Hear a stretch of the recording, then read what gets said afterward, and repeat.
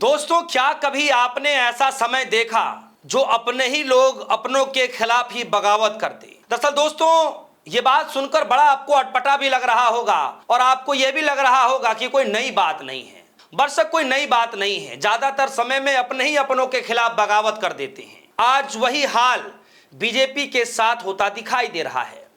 जिन लोगों ने बीजेपी को चुन करके सत्ता में भेजा, जिन लोगों ने बीजेपी को सर माथे पर चढ़ाया, जिन लोगों ने बीजेपी के हर कामों में सहायता की, आज उन्हीं लोगों ने बीजेपी के खिलाफ बगावत करना शुरू कर दिया है। और यह खबर जितनी महत्वपूर्ण विपक्ष के लिए है, उससे कहीं ज्यादा महत्वपूर्ण सत्ता पक्ष के लिए है। दरअसल हुआ क्या है दोस्तों कि आज कई हजार के संख्या में, हजार तो कम हो जाएंगे, लाखों की संख्या में लोगों ने एक साथ कसम खा ली है कि वो बीजेपी को वोट नहीं देंगे। न पंचायत के चुनाव में, न विधानसभा के चुनाव में, न संसदीय के चुनाव में, किसी भी तरह का चुनाव होगा, लाखों लोगों ने एक साथ एक मंच पर कसम खा ली है। यूं करके ये ऐसे हाथ रख करके कसम खा ली है कि हम बीजेपी को वोट नहीं देंगे। अब इस कसम खाने के पीछे नाराजगी क्या है वो तो मैं आगे बताऊंगा ही, लेकिन आप इतना समझ लीजिए कि लोगों ने यह कहना शुरू कर दिया है कि अब बीजेपी के बुरे दिन शुरू हो चुके हैं, या यूं कहूं कि बीजेपी की उल्टी गिनती शुरू हो चुकी है, तो कोई गलत नहीं होगा। दरअसल दोस्तों, आप सभी को पता है कि किस तरीके से आज के दिन में जो हालात बीजेपी के लिए बनते दिखाई दे रहे हैं वो किसी से छुपा नहीं है। और एक तरफ से नहीं, दूसरे तरफ से भी नहीं, और तीसरे तरफ से नहीं, चौथे तरफ से, मतलब चारों तरफ से आप देखिए कि लगातार सिवाय घिरने के अलावा कोई खबर नहीं आ रही है। एक एक खबर मैं बारीकी से बताऊंगा, लेकिन सबसे पहले मैं आपको वहां लिए चलता हूं जहां पर लाखों लोगों ने एक साथ कसम खा ली है भगवान परशुराम की, भगवान श्री राम की। बड़े बड़े लीडर वहां पर मौजूद और सामूहिक कसम खाई जा रही है कि हम आने वाले चुनाव में, किसी भी तरीके का चुनाव होगा, हम उसमें वोट नहीं देंगे, हम समर्थन नहीं करेंगे। तो सबसे पहले जो कसम खाया गया है वो क्या नारे लगा रहे हैं, जरा सुनिए क्या कुछ कह रहे हैं। भारतीय जनता पार्टी को वोट नहीं देंगे, हम कसम खाते हैं भगवान की। सुना दोस्तों आपने, ये नारेबाजी, ये कसम हिंदू समाज के लोग खा रहे हैं कि हम बीजेपी को वोट नहीं देंगे।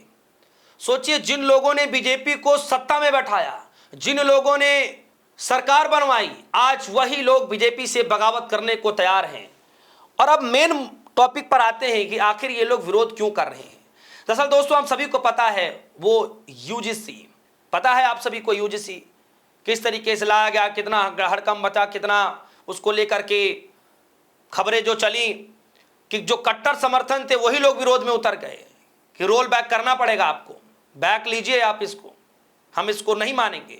दूसरी तरफ यूजीसी लागू करवाने के लिए लाखों की तादाद में जब लोग सड़क पर उतरे तो सरकार को मानना पड़ा, और अब वही लाखों लोग अब विरोध में खड़े हो रहे हैं कि यूजीसी को रोल बैक करना पड़ेगा, हटाना पड़ेगा। आज तक की खबर लिखा, यूजीसी नियमों पर राजपूत समाज नाराज, करणी सेना ने किया जल्द आंदोलन का ऐलान। जयपुर में राजपूत समुदाय से जुड़ी करणी सेना के सदस्य यूजीसी एक्ट और रेगुलेशन 2026 के खिलाफ जल्द विरोध मार्च निकालने की तैयारियों में हैं।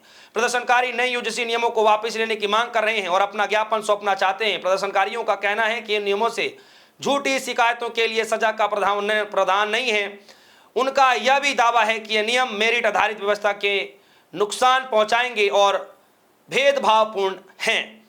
तो ये बातें कही जा रही हैं। करणी सेना और राजपूत समाज के लोग जो हैं अब इस बिल को वापस कराना चाहते हैं कि आपको ये रोल बैक करना पड़ेगा। और कल राजस्थान के अंदर दोस्तों, जयपुर के अंदर जोरदार भीड़, लाखों की संख्या में भीड़ देखने को मिला। तो सरकार कुछ करे तो विरोध है, ना करे तो विरोध है। यूजीसी लागू कराने के लिए अलग विरोध था, यूजीसी को वो बिल हटाने के लिए अलग विरोध है, भैया आप हटाइए, अलग विरोध है। इसीलिए लोगों ने कहना शुरू कर दिया है कि अब बीजेपी की उल्टी गिनती शुरू हो गई है। लोग खुलेआम यूं हाथ रख करके शपथ खा रहे हैं कि हम वोट नहीं देंगे।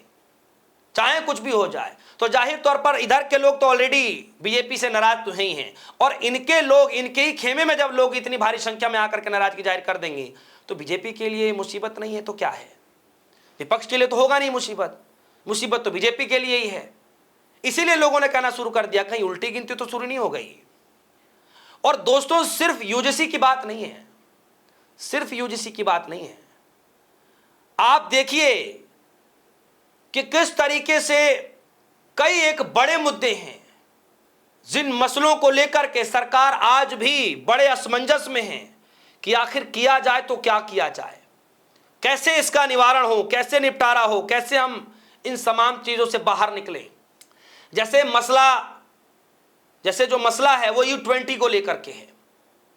अभी खुल करके कोई विरोध नहीं हो रहा है, लेकिन तैयारियां चूंकि चल रही हैं, कई जगहों से खबरें भी निकल कर आनी शुरू हो गई है। ये तैयारियां शुरू हो रही हैं इस मामले को लेकर के भी।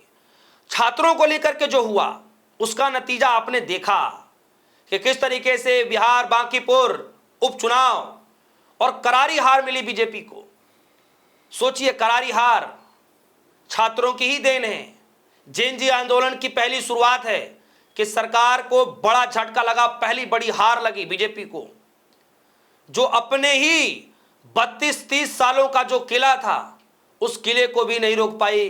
किला जो है भेद लिया प्रशांत किशोर ने। और सिर्फ बात बिहार तक सीमित नहीं है, बात उससे भी आगे चल करके दतिया विधानसभा में भी उपचुनाव हुआ और कांग्रेस पार्टी ने बड़ी जीत हासिल की। क्योंकि अंदरूनी जो कला है वो खुल करके सामने आई। न सिर्फ अंदरूनी कला बल्कि जेएनजी के आंदोलन ने बता दिया कि आप क्या करना चाह रहे थे। तो एक बड़ा जो नुकसान है दोस्तों वो अब बीजेपी को उनके गढ़ों में, उनके घर में होना शुरू हो चुका है। दतिया में भी यही हुआ। नरोत्तम मिश्रा का गढ़ टिकट काट दिया गया। नरोत्तम मिश्रा ने जो विरोध प्रदर्शन किया, जो स्टेज पर जाकर के रो रहे थे, वो कहीं ना कहीं मैसेज दिखा रहा था। वो बता रहा था मैसेज कि अब ये खेल बिगाड़ने की तैयारी है, यानी खेल हम बिगाड़ देंगे। तो आप देखिए कि किस तरीके से जो है अब ये पूरी लड़ाई लड़ी गई और बीजेपी के लिए मुसीबतें खड़ी की गई। न सिर्फ दतिया के अंदर, न सिर्फ बिहार के अंदर, बल्कि अब धीरे धीरे ये राजस्थान में भी लड़ाई शुरू हो गई है।